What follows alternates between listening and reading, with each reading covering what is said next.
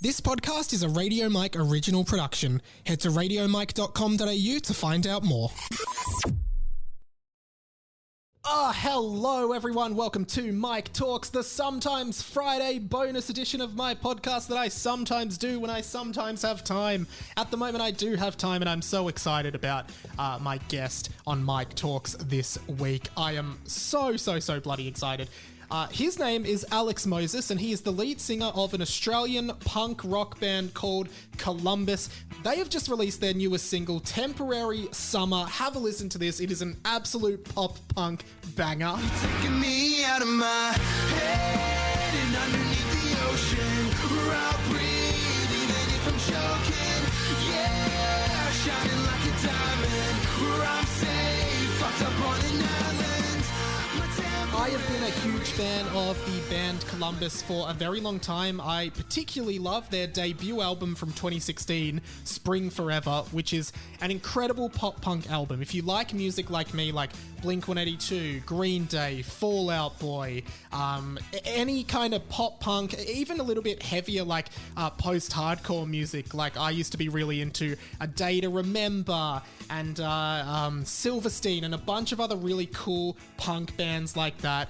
Alex Moses, he is the mastermind and the main writer behind Columbus, and I started chatting to Alex on TikTok because he has a TikTok account, and I just said, hey man, I'd love to talk to you on my podcast. I love your music and I'd love to just talk music and pop punk and punk rock music with you and how you write music. This is a really interesting chat where Alex talks a lot about what it's like to be an artist in 2021. Like, what is it like to be a musician in 2021? The landscape for music has been changing so much over the past 2 decades, the same way that like the landscape for content creators like me has been changing. So I definitely felt a lot of similarities there. Of course, if you like Mike Talks and you want to help me have more time to do them, head to patreon.com/radiomike. For as little as $1 a month, you can help me pay the bills and find the time to do this stuff. As little as $1 a month, patreon.com/radiomike. It really helps out.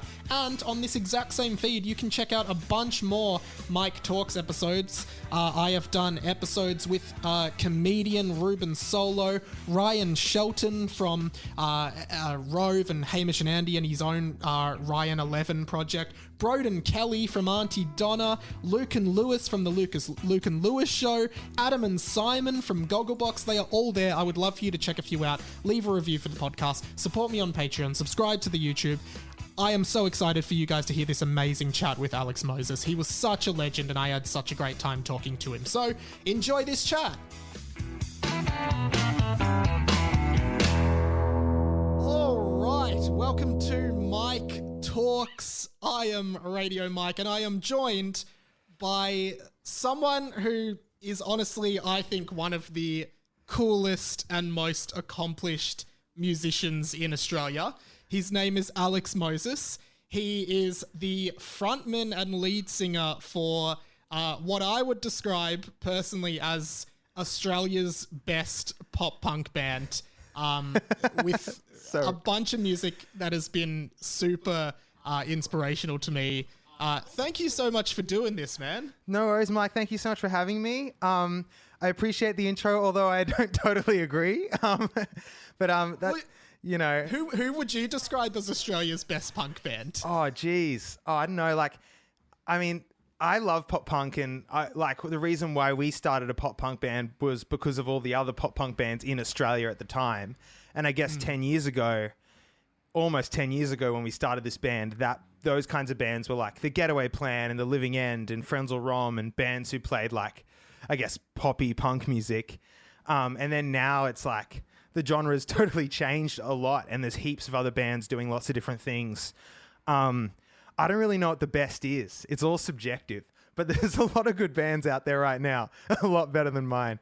But I'm glad to be a part of this scene and to have like contributed to it in some way and watch it grow, I guess, which is really cool. Just to go to shows and play music. Well, before we get into talking about your music, which I want to do, when you jumped on the webcam, because we're recording this over Zoom, I noticed I actually could only see you from kind of like belly button up or maybe a bit higher, right? Yeah. And it just kind of looks like you were waddling from side to side. And then I realized, I actually thought, oh, he must be like on a treadmill and he's going to do this entire podcast from a treadmill. So you are currently walking. Is there a chance we will get into a brisk jog, or are you just going to keep the pace? I think I'm going to keep a slow pace.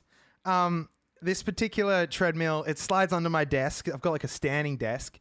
It's been good because I'm a fidgety person, so it helps me like focus, I feel like. But it does go a bit faster, but it's a bit sketchy when it goes faster. It doesn't have a handle or anything, so I probably won't break out into a jog. Yeah, okay. Fair enough, man. Let's just keep it low key. No need to get our heart rate. I don't need to break a sweat. Yeah, let's keep this easy. Okay, so I guess like, can you take me back to the start? And like, I don't really know too much about you or like your band Columbus, but I'd love for you to just walk me through how Columbus began and what's your background with music that led you to starting a punk band from Brisbane. Wow. Oh, that's a good, big question. So, I mean, I've always liked music, and Daniel, who drums in Columbus, we met in grade 2. And so we're both, we were living in Sydney, and we both moved to Queensland at the same time, not knowing each other, and ended up going to the same school. And we became very good friends. And then we both kind of got into music at the same time, and I started playing guitar and Daniel started playing drums, so we started jamming around. And after high school ended, we started a band. We started Columbus, and it was hard to play gigs. I don't know if you're a musician. I can see a guitar in the back of your Zoom. I have released one EP of comedy punk music in a band called Release the Sounds, but it's nowhere near the level of production quality that you've. I'm sure it's dope. I'll check it out. Cool. Yeah, so we started a band. So before you were 18, we found it was really hard to get gigs. We were trying to get gigs before we were adults, and it was really difficult. Bars will like let you in, and then you play, and then you have to leave or whatever.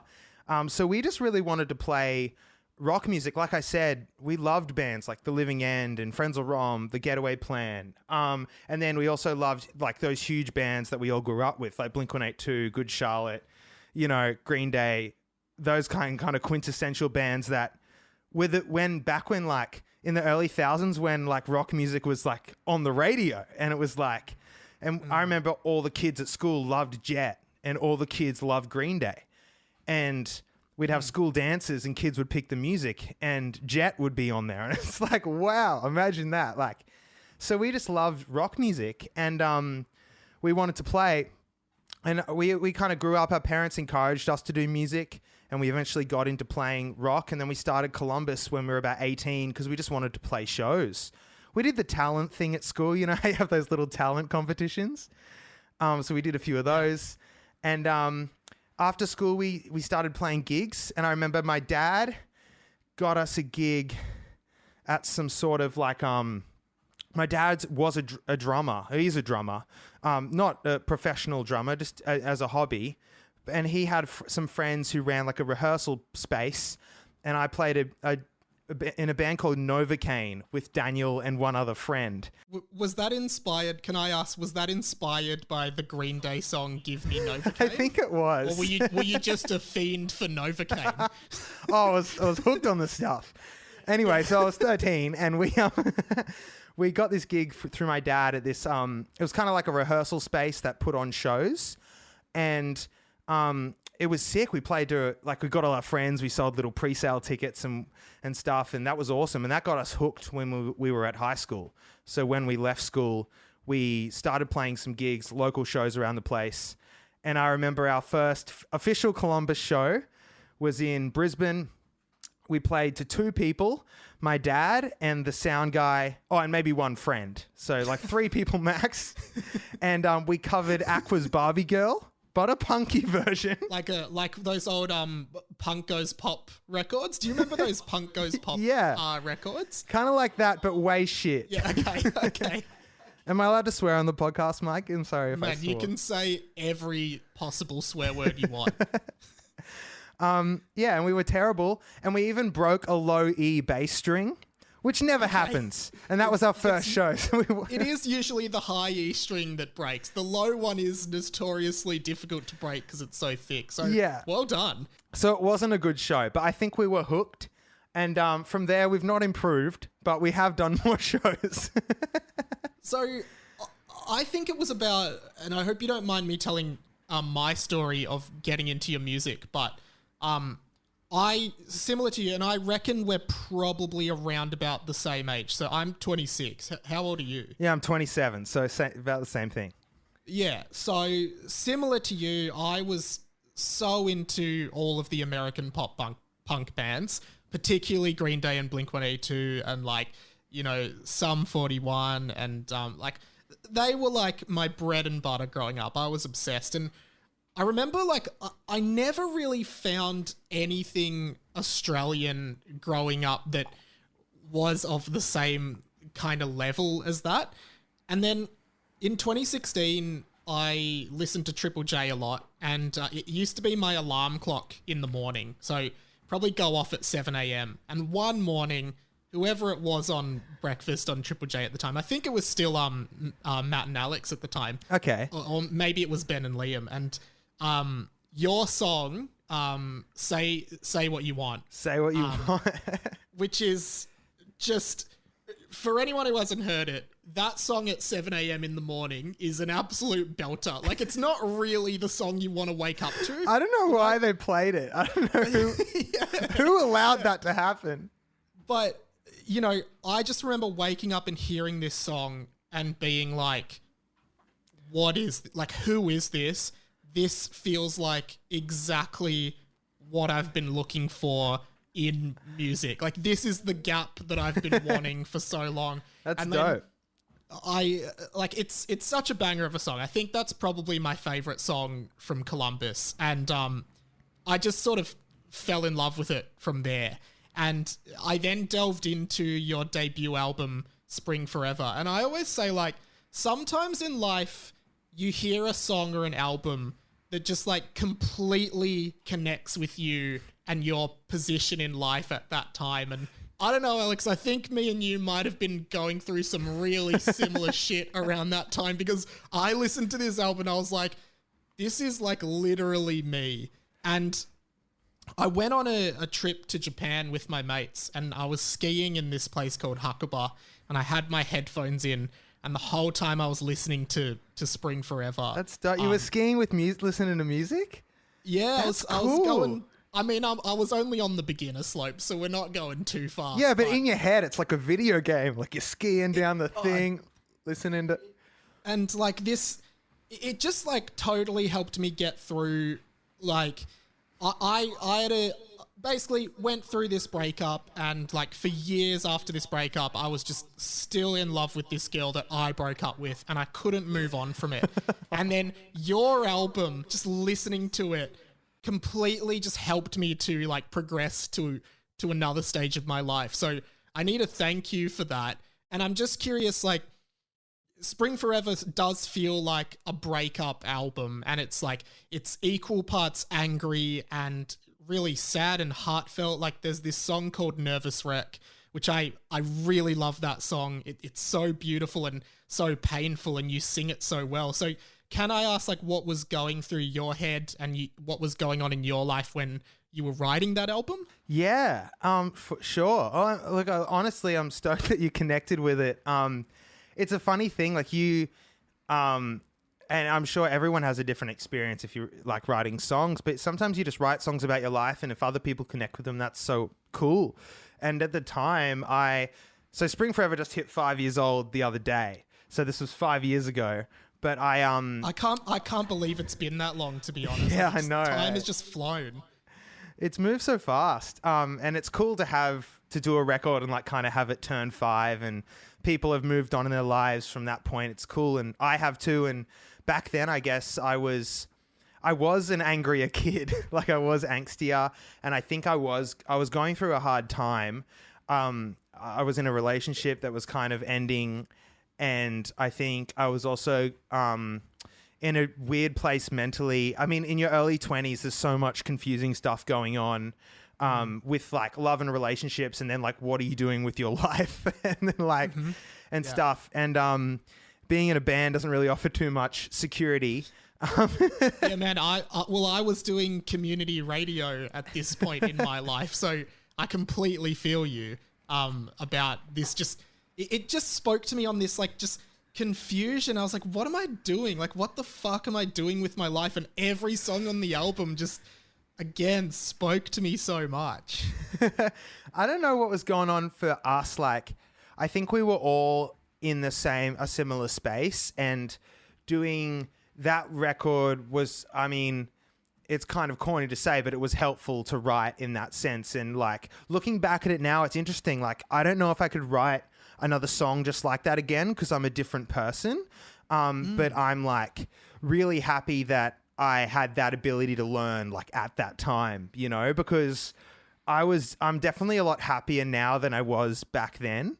But I'm like, you know, every person, you have to learn through your shit, you know, like unless you like have those experiences, you like probably can't grow from them. You know what I mean? So looking back on it, it was kind of like some of the songs still make me sad almost to listen to, because it's a reflection of like my earlier self and like what I was feeling at that time, which is like not always super good, but I'm glad that I could channel it and into music that other people sometimes enjoyed. Other people surely turned off the radio at 7 a.m. What the fuck is this? Shut up. I'm trying to drink my coffee. But you know, and it was fun to play, and we just wanted to make fast, angry rock music. Like, that's what we wanted to make. And I hope that we did an okay job. Well, one of the things that I think is so cool about you, and obviously you like Blink, so you definitely know the song Damn It by Blink-182, right? Yeah.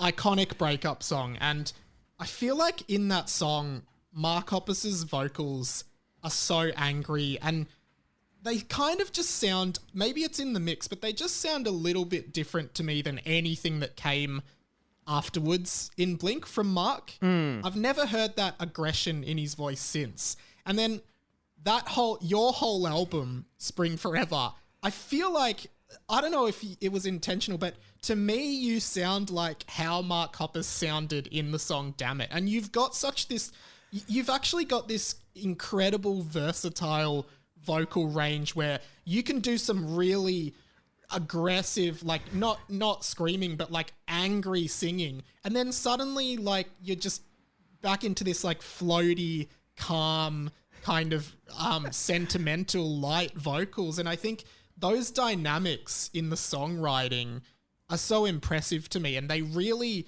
add complexities to the songs. And I mean, I'm going to assume it's all intentional.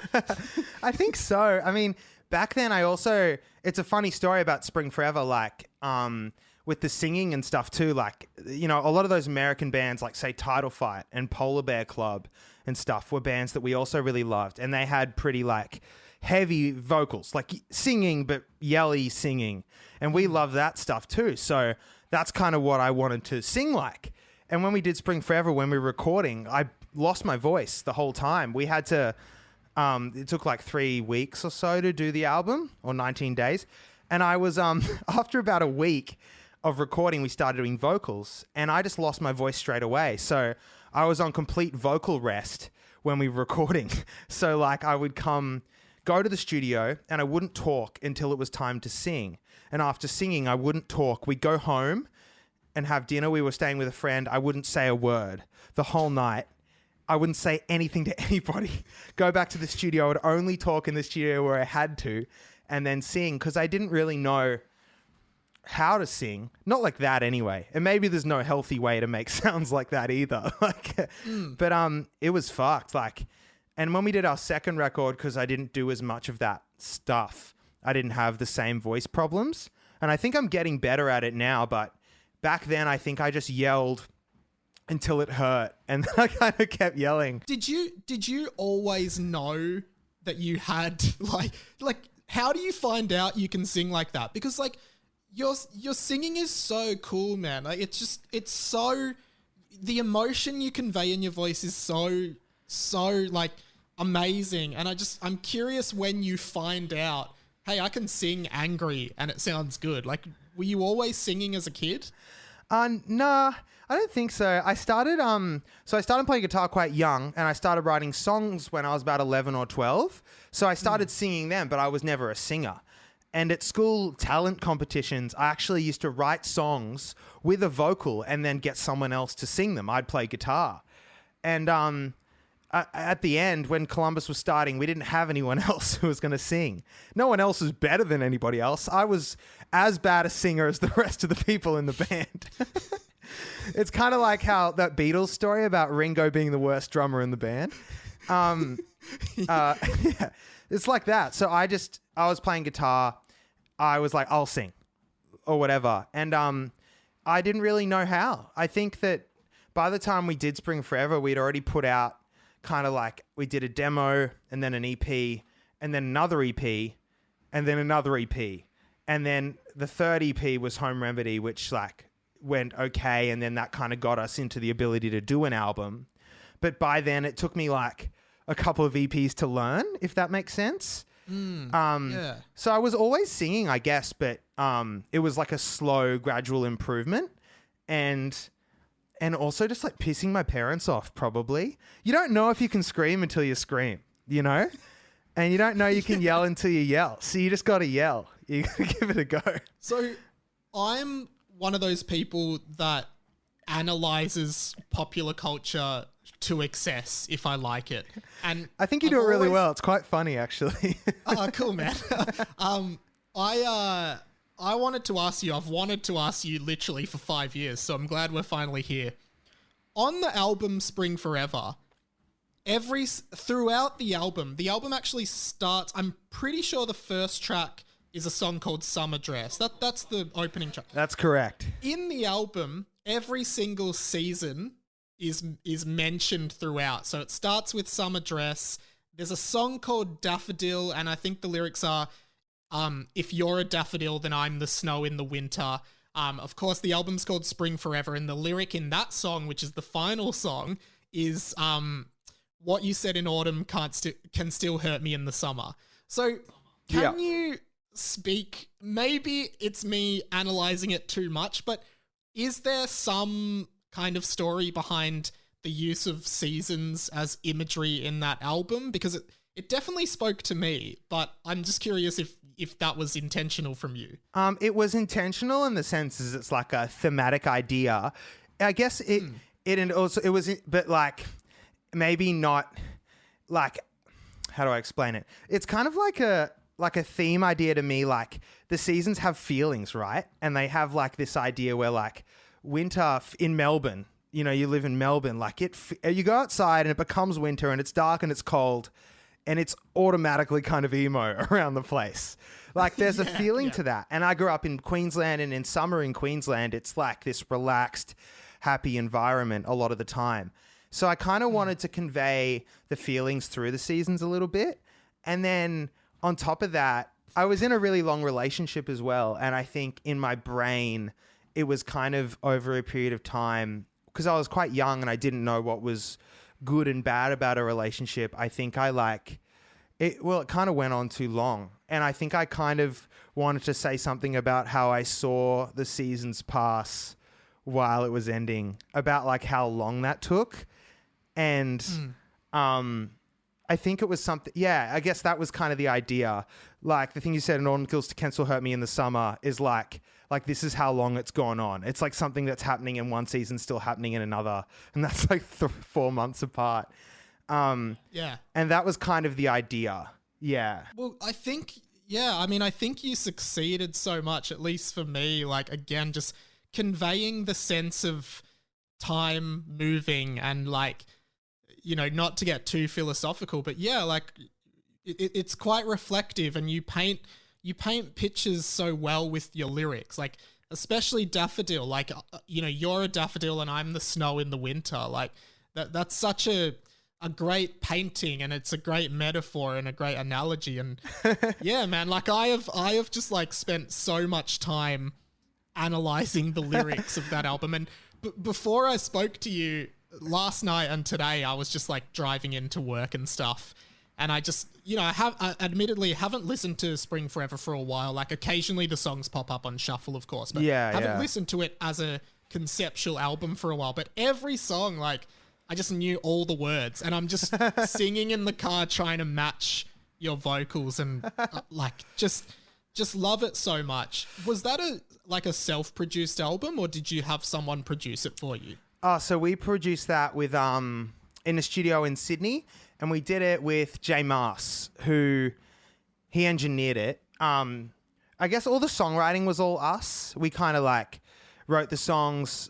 I kind of wrote like acoustic versions, and I'd do rough demos with drums and bass and stuff, and then we jam them out and change parts. And when we did that album, or both the records we've done, we kind of like rented out a rehearsal room for kind of like 2 weeks before recording and just full-time practiced. So we get all the parts down exactly the way we want them.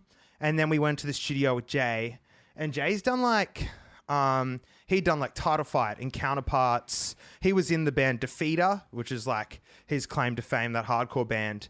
And he's done worked with bands like Transit and heaps of other stuff now. He's a great engineer and producer, and mix. He can do everything. And he did such a good job producing us and getting good sounds out of everything, and kind of turning our ideas into a cohesive record, I think. So we worked with him for about 3 weeks or so, and he's just a cool... I was stressed out at the time, because it's stressful when you make a record, especially a first one, because it costs a lot of money to do it, and feel like the stakes are really high. And we were only in there for a limited period of time, because you're a small band, like the studio's got bookings coming up, like you've got to get it done, and your budget's going to run out. So it was stressful, but he was chill, cool as a cucumber, and that really helped me, I think. I'm not sure about everyone else in the band, but that really helped me like just focus on what we needed to do and play the music and get stuff done. And a lot of the songs, like Nervous Wreck's a good example. That song, we wanted to have an acoustic song on the record. I had some ideas of the song written, and I hadn't written like the chorus and something else. And we were in the studio, and in the morning before we recorded the song, I like finished writing it. Wow. At our mate's place in Sydney, we were staying there, and I finished writing it like that morning. And then we were like, how are we going to record it? And I think we just did it in like one take with like a guitar and a vocal.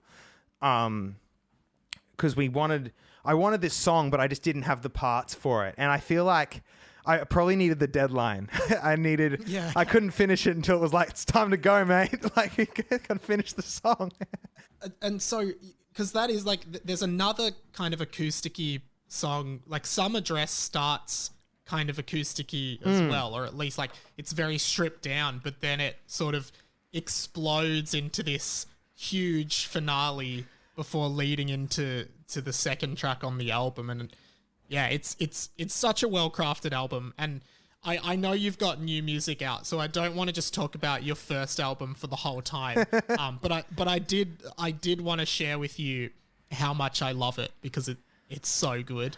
And I've loved all your music since, and you've just released a new single, which I really like, Temporary Summer, which again, it does feel like you have come such a long way from that Spring Forever era, because even in your second album, the music does feel like a little bit more poppy and a little bit just like happier. Like it definitely isn't as aggressive anymore. So tell me about Temporary Summer, and is there a third album coming? There's not a third album recorded at the moment. I want to do a third record. We've got more songs coming, but it's not a third album at the moment. Okay. That probably is due to COVID. I wouldn't say that. We all live in different states, Columbus at the moment. 3 different states, 3 different people. So over the last 2 years, like, unfortunately, it's put the whole pandemic stuff has put a bit of a, for every band, but it definitely meant that we couldn't really get together. So we managed to pull together some time to record some songs. I wish it was a record, but it's been a good chance to slowly dip our feet back into the water. And Temporary Summer, I wrote at the end of 2020. I feel like I wrote it at the end of 2020, and then we recorded it in April this year. And we had to delay putting it out because of all the virus stuff. Just seemed like a big waste to put it out when we couldn't like do other things, organize photos and all that kind of other stuff you got to do. And I guess I kind of wanted it to feel, I don't know, more aggressive. It's a funny thing, like after we did our first record, I feel like the second record is happier, but then I spent the last kind of 2 years in lockdown in Melbourne, and I'm sure you did as well. Were you here the whole time? Yeah. I was in Melbourne the whole time. So is what you're saying that you've gone Bo Burnham, you know, you went on, you did a Bo Burnham inside writing session. I got definitely a lot more bummed out the last 2 years than I have in a while. So I think the songs we've got coming are probably sadder than the stuff that we've written previously. And that's probably just the nature of the situation. I'm definitely less angry than I used to be. But I'm glad of that because even if, I don't know, I love playing angry music, but I'm going to leave that to the 19-year-olds now. I'll leave that for the 19-year-olds. I'm too old for angry music now. Yeah, you're happy now, you know? You've lived your angry life. You're moving on. On that note, though, okay, so I'm a creative in inverted commas in the sense that, like, I make podcasts and I, you know, think I'm funny, so I try to do funny content and shit like that. But like I still work like a day job in my field. Like I still help people make podcasts, and that's how I make most of my money. Like I don't really make that much money off my own stuff. So I'm curious with you as a musician and creative, like what is it like being a musician in 2021? Like what do you, I don't know, like I'm just curious as to like, are you writing every day or are you working on songs for other people? Like what do you do? Oh, it's a cool landscape. I mean, much like you said yourself, like if you're a creative, I feel like you've got to be doing a lot of different stuff, especially if you want to make an income. I'm not a full-time musician financially. I'd love to be. That is a goal of mine. I'm also a paralegal part-time. Are you really? Yeah. So you've got a law degree? I do have a law degree. So you were touring in your punk band while getting a law degree from university? That is correct. That's incredible. Well, I love that. I didn't get great grades, but I used to print out my notes and kind of study in the back of the van and stuff. And I did defer a lot. I had a few periods off uni, maybe a year there, 6 months there. But over 7 years or so, I did finish my degree. And then I'm not a lawyer yet. I guess I could be one, but I don't really want to be a full-time lawyer. I'd love to do music with most of my time because I just love it so much. And I guess coming back to your original question, you know, so I have another part-time job, and that's what a lot of musicians probably have. Most of my friends in bands have part-time jobs alongside their music jobs, just especially the last 2 years because the income's dried up. And for myself, I do write every day. Like creative output's so important. Like if you're a songwriter, just like working on your craft, and you probably love it, so you want to do it every day. And then on top of that, I also do record other bands and do songwriting sessions with other artists. And then I'll like do demos for Columbus or my own music. And I don't know, like obviously go to shows and network and stuff like that. But most of my time, I love the creative aspect of being in a band more than like the music industry side of that. That part stresses me out sometimes. I'm much more of like, I'd rather spend my time writing music, producing demos, working with bands, songwriting, and then, you know, you have to do some video content, other things like that. But I don't dislike that stuff if it's music related, you know, like making videos of me recording something. So that takes up a lot of time as well. But it's something I do love to do. So you got to be, I guess you like to be diverse. You got to do a bunch of different stuff. And so when you guys were getting a bunch of Triple J airtime, you know, 5 or 6 years ago, and because you guys, I'm pretty sure did you open for Jet at one point and a few other pretty big bands? Oh, I haven't played with Jet. We've done some bigger bands. The biggest tour we did was the You Me at 6 tour, I think. That's the biggest tour. Nice. Cool. In 2016. That was fucking sick.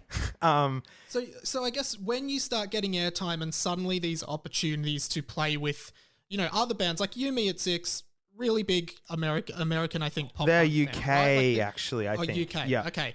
My bad. Sorry. Oh, but same thing. They're huge band. Yeah, so like what's going through your mind as this like emerging musician who's suddenly getting noticed by your peers and asked to play big shows, and like could you have ever imagined that? Could you have ever dreamt that? Nah. Yeah. I think even doing a record was something that was like finishing an album and actually having it in the shop or at JB Hi-Fi or whatever. Just the idea of that was just the craziest thing when I was like a teenager or when the band started. I didn't even think that would ever happen. And you do it and you're just like, fuck, that was really cool. and when you get to do those, if you do some cool shows, you get to do a festival or whatever, like I think that you don't really realize I don't know, I guess like you can't comprehend it before you get some opportunities. And then when you get them, I guess we enjoyed doing it so much. I just can't even express how much we enjoyed some of those things. Like touring, or if we got to do a cool festival, it was just like, some of those memories are just like the best things that I've ever done in my whole life, for sure. And I don't know if it gets better than that sometimes. Like, we've not played to that many people compared to most other bands, but like, some shows I feel like in my brain, in my subjective experience, were just like, oh, the best time ever. So like, I know it's hard to explain, but I'm super grateful for getting some of those opportunities. And like, I know I'm grateful for that. And I'm also happy I like followed it through. I feel like a lot of times, I don't know, I play guitar in my room and I know that most people in a band like just grew up playing music and they could have at any point pulled the plug on that. And there's lots of reasons to pull the plug. There's so many. Yeah. And I'm really glad I didn't. I'm really glad we didn't. And we just kept doing it and doing it because we love playing the songs. And out of that, we got to do some cool stuff, which is great.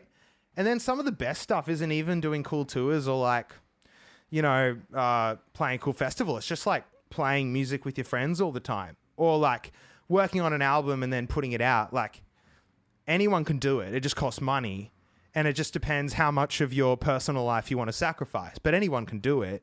Even nowadays without a label, it's so much cheaper to record than it used to be. But like, if you want to do it, everyone should just do it because it's sick. It's kind of cool. Yeah. Well, because I did the little album that I did it with one of my mates, Jack, and we were recording with this guy called Yuri, and he's done a bunch of TV comedy music. Yeah, sick. Like, he's like the guy in the TV industry to do music. So we hooked up with him to do it, and I totally agree with you. Like, some of those days, like, we were just doing it for fun as like a little side project, but those days where we went into Yuri's home studio and were just like singing stupid songs and crafting songs and like being like, I'm sure you do it in much more detail to us, but like, oh, probably maybe we less. should do this. Yeah, okay, yeah. We're like, oh, what about this like little guitar lick or this little harmony here? And yeah, you're right. It is so much fun to just be working on music and collaborating on music with friends, and I think that's great. You also have like your solo project, which is Alex Moses, and you've got currently there's 3 singles up on Spotify. My favorite of which is Keep in Touch, which I think is the most recent. Is that your most recent single? That's the oldest one, actually. Oh, that's the oldest. Oh, okay. I love it. Oh, I'm glad you like it. I think that it's the most, like, I haven't put many solo songs out. I just like kind of write songs sometimes that don't fit Columbus, and I want to like put them out, I guess. So that's why I started doing it. We'll keep in touch, whatever that means. We'll keep in touch, whatever that means. We'll keep in touch, whatever that means. And I've got more now that I'm like ready to put out, but I think that I've like Keep in Touch. I thought would be a Columbus song because like it kind of suits a little bit. But then I thought it was too I don't know, like too story-esque to really suit. I don't know, and like I don't know, it just suited being a slower, like a acoustic song, not like a loud rock song. But yeah, I just been doing that. It's kind of a bit of fun, you know? It's kind of like the thing I just like to... I'd love to put out music even if no one listened to it. It'd just be good to... It's kind of fun to just do it and put it out there and then just leave it. If someone likes it, that's cool. Because you have a incredibly underrated TikTok account. Your handle Alex Moses Music? It is, yeah. Yeah, so everyone go and give it a follow. Scroll down to the very first video, which is actually where I think this is how I originally got in touch with you, because I saw this video and I thought it was really clever and hilarious, which is basically you essentially take the tropes of what a song from the Shrek soundtrack sounds like, and you're like, here's how to make a song from the Shrek soundtrack, and it's like you've nailed it. It does sound like a song that is straight off the Shrek soundtrack. Hey everyone, today I'm going to show you how to write a song for the Shrek soundtrack. Let's fucking go.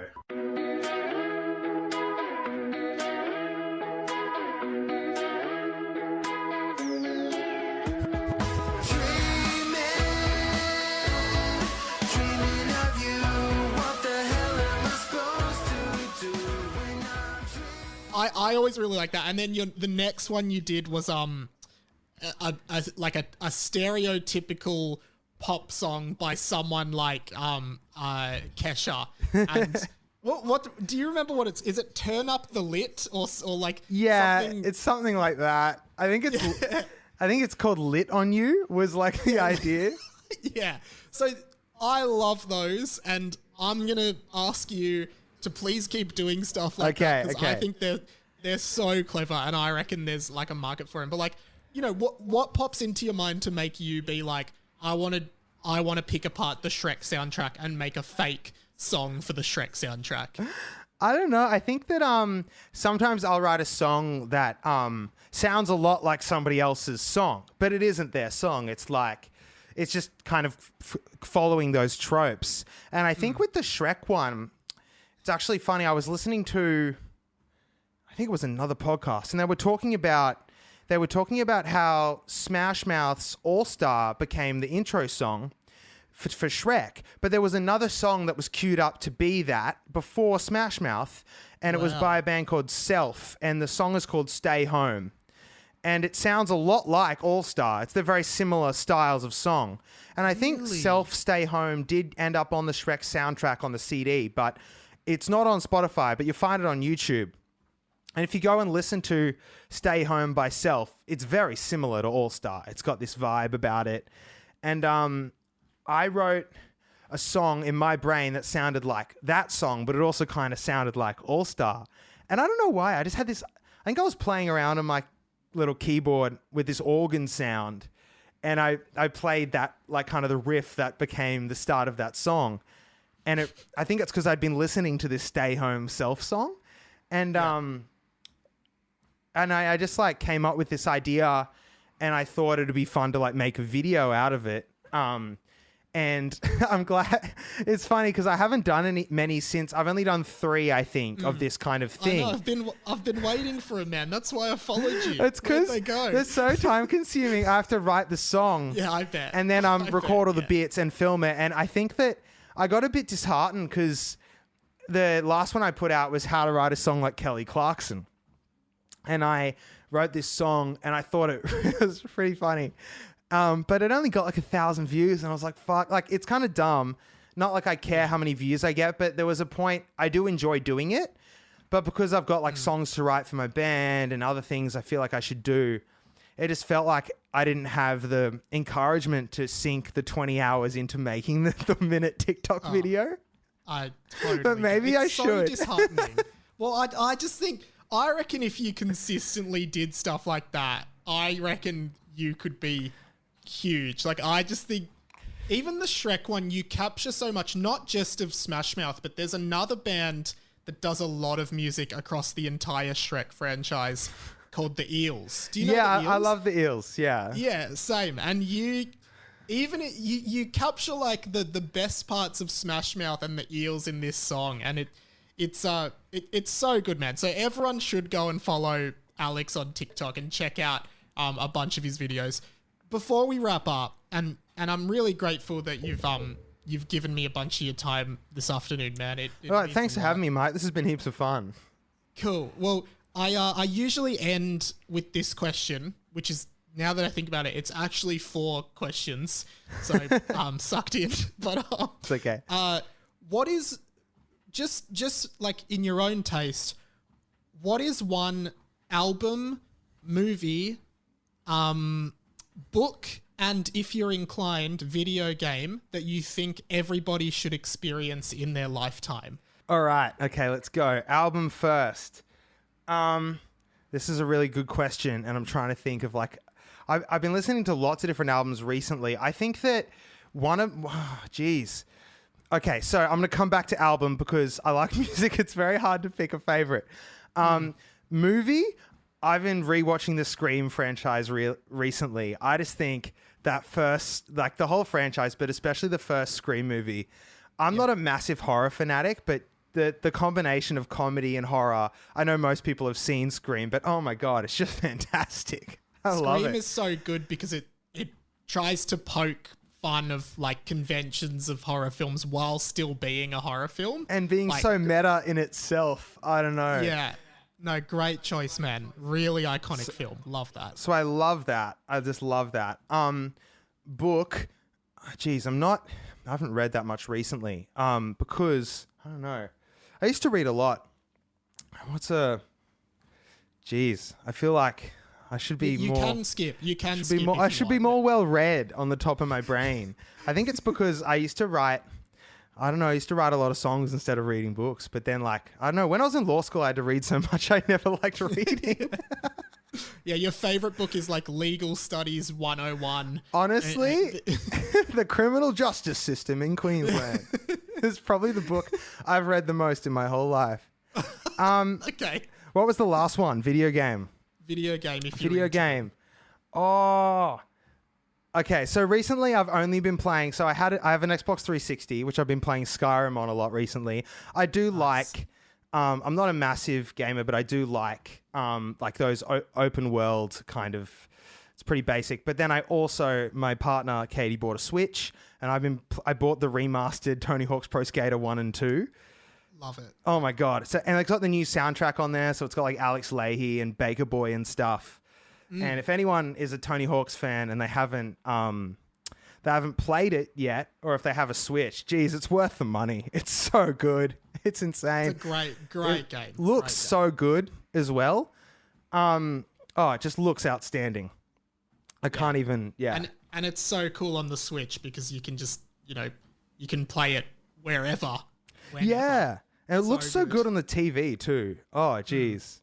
It's insane. Great choice. Yeah. Great choice. Now, with records, I reckon, like, I can either be, like, lame or, I don't know. I guess my favorite record when I was growing up was Kaplunk by Green Day, which is Green Day's second record. I think it's because it was one of the first I bought on CD. And I listened to it so much in my car, the CD got stuck in my car. I had this old 1996 Mazda. Yeah. And you know when I feel like it had melted in there and it wouldn't come out. Did it still play though, or was the music all jarred and like fuzzy? It started to skip at the very end of the CD. They have a My Generation cover by The Who. Yeah. And it started to skip by the time it would hit the Who cover. But the rest of the CD was pretty good. So I listened to it so much. What are some of your favorite tracks off that? Okay, so the first song I think is 2,000 Light Years Away, which they still play every now and again, and that's a great song. There's another song on there called Only of You, which is a really good song. And then there's another one called Android, and Android's it's just really emo for Green Day because it's so early. I've never heard Billy Joe talk about stuff the same way he talks about it in that song. And I think that when I bought the CD, I was probably similar age as when they put it out. And I just connected with it so much. And there's some songs on there that aren't that great. They're pretty good, not amazing. Do you know the song No One Knows from that album? Yeah. It's like acoustic, it's do-do-do-do-do kind of thing. Yeah. One of my favorites. I reckon that's a really underrated Green Day song. From that album. And as well as that, I'm pretty sure Welcome to Paradise is on that album in is it that one that Welcome to Paradise is on in some demo-ish kind of form before it was re-released on Dookie? You're correct. It's I think they intended to put it out on Kaplunk. They obviously wrote it for that album, and then I don't know what happened, but I imagine that they probably, when they came to doing Dookie, Kaplunk, Dookie was probably on a bigger label, I reckon. I don't know this, but I'd assume they got to a bigger label. A lot of people hadn't heard Kaplunk, and Dookie was coming out, and Welcome to Paradise was such a good song that you might as well just re-record it. That's probably what they did. But I like both versions. I mean, the Dookie one slaps, realistically.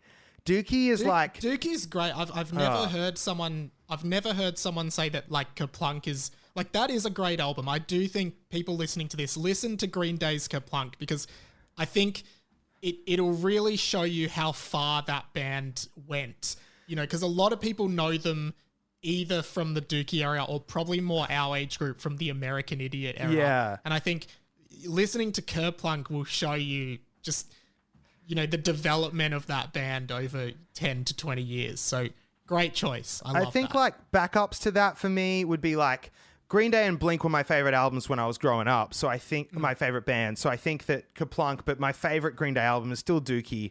And then my favorite Blink album is still Enema of the State. And I feel they're my favorite albums from both those artists. But then Kaplunk means a lot to me that Dookie doesn't, even though I know it's not as good. Yeah. Well, Enema of the State is such a great summer album, don't you reckon? Every time I'm in the car and it's a really hot day in Melbourne and the sun is shining, I just want to listen to Enema of the State because the guitars are so bright and the vocals are so upbeat. So yeah, really good choice. I honestly, man, I'd love to catch up again and just chat our favorite pop punk albums at some point if you're keen, because I love talking about this stuff. But if talking about great albums, Spring Forever by Columbus is what I think pop punk should sound like in the 21st century. It is an amazing album. Go and listen to that. Go and listen to Columbus on Spotify, Alex Moses on Spotify, TikTok, Alex Moses Music. And is there anything else you want to plug before we wrap up? Nah, not really. I'm so thankful for having me, Mike. This has been heaps of fun. It's been good to talk about the band and pop punk and Blink-182 and stuff. Go check out Columbus's new song, Temporary Summer, and watch my TikTok videos so I get encouragement to make more stupid TikTok videos. Thank you so much, Alex Moses. This was awesome. Awesome to meet you and chat to you, man. Cheers, Mike. Thank you so much.